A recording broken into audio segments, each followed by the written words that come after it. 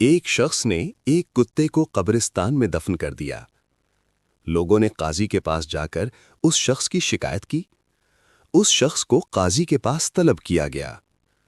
قاضی نے غضبناک ہو کر اس سے پوچھا کہ اے بدبخت، کیا تو نے ہی قبرستان میں کتے کو دفن کیا تھا؟ اس شخص نے کہا، ہاں، کتے کی وصیت تھی سو میں نے پوری کر دی۔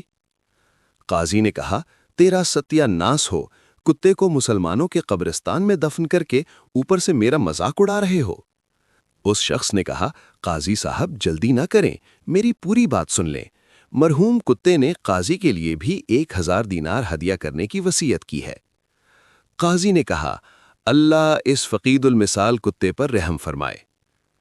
قاضی کی بات سن کر لوگ حیران رہ گئے۔ قاضی نے کہا، تم حیران کیوں ہو رہے ہو؟